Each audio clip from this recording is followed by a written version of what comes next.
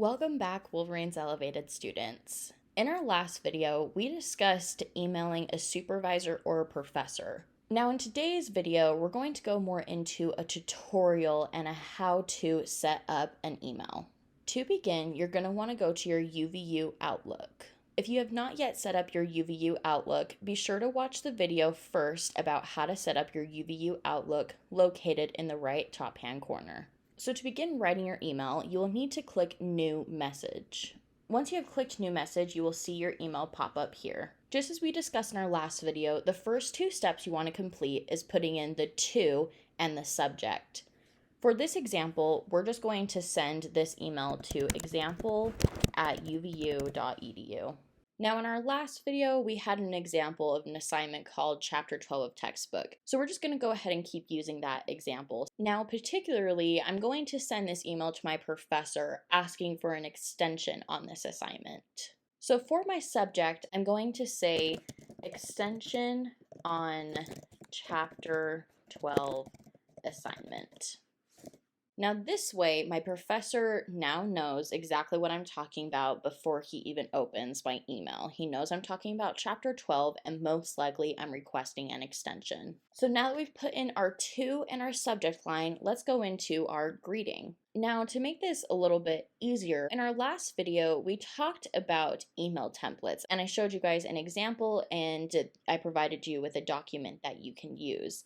I'm actually going to go back to that document right now and let's go ahead and look over it. So here we have our email templates. Kind of going through them again, we have running late to a meeting, asking for more time on an assignment, setting up a meeting with a professor, and contacting a job supervisor about an upcoming job shadow. The last example you see on here says example response to an email. Now we're not quite at this point yet in our tutorial of how you would respond to a professor or a supervisor, so we're just going to first look at these first four. Now since we've already written up what our subject is going to be for this email, we're asking for an extension, which would most closely relate to this second example we have on here, asking for more time on an assignment or an extension. So what I'm actually going to do is I'm going to copy this template and show you how I would edit it in order to make it fit with my email. So here I am now and I'm going to copy. To copy, you will select the portion in which you are wanting to copy and paste. So select all of it, then click Command C. So now that I've copied my template, I want to paste it on this email. So what I'm going to do is click Command V. Now, as you can see, now I have that template directly into my email. Now, again, the keyword is edit. You can't just leave your email like this. So let's begin looking at all of the parentheses. So this is my first one. So hi and then name of individual. Continuing on with our example, I'm just going to delete that portion and put in example. Again, you would want to make sure that it was your professor or your supervisor's email. So we lightly discussed at the end of our last video how we need to remember spacing. Now spacing is going to come into effect here. So after my comma, I now want to click enter. And as you can see, that now created a space in between my greeting and my body. Now continuing on with editing, let's go ahead and read what we have so far. I am wondering about the possibility of an extension for the name of assignment. So again, here is one of the other parentheses that we have to get rid of and input our own information. So again, the name of the assignment is Chapter 12 of Textbook. So let's go ahead and read it again now. I am wondering about the possibility of an extension for the Chapter 12 of Textbook assignment due on, and let's just go ahead and keep up with June 1st, I believe is what I said in the other video. So again, I deleted those parentheses and I put in the date. Now it says, unfortunately, give reason why you won't be able to complete assignment in time. Now we're just going to make up an example here. Let's say that you were sick this last week and you just weren't able to complete all of your assignment. So unfortunately, I got sick this last week and was not able to finish reading the chapter. So now we got that all filled in. If you need to add more explanation, go ahead and do so depending on your situation. Then we say, I'd greatly appreciate any additional time you could give me. Now, this is an okay ending, but we might want to be more specific. So I would probably go right here at the beginning, and you'll notice in this template, it's a little different than what we talked about in our last video, how we give an exact date that we would like to turn it in by.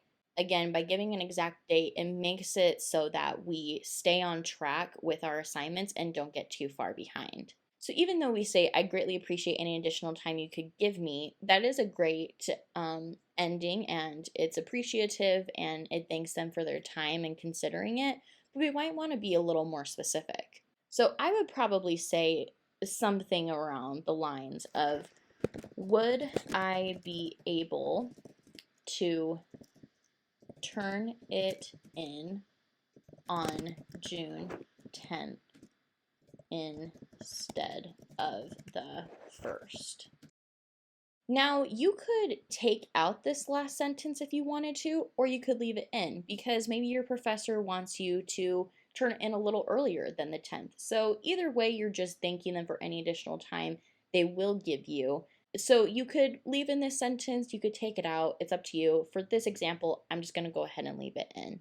Now we've finished with our body and introduction. So now I'm going to work on our closing and our signature. Now again, spacing. So right here, I'm going to click enter again to make my closing and my signature on a different line. So enter. Now we have that correct spacing.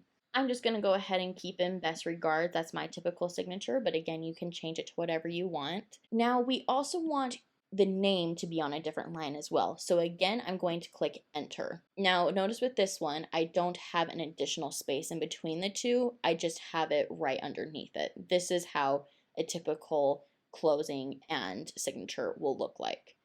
So again, we have parentheses right here, so I want to get rid of those. So your name, right? Let's just put in a simple one. We'll say Jane Doe, just to keep things simple. And then lastly, something this template doesn't have is pronouns. Now you could keep your pronouns on the same line as your name. I typically like to push enter again and put my pronouns on the next line. So my pronouns are she, her. Again, we want to look at that checklist that we had in our last video. Let's go ahead and read it through again, check for grammar, vocabulary, punctuation, all of that sort of stuff.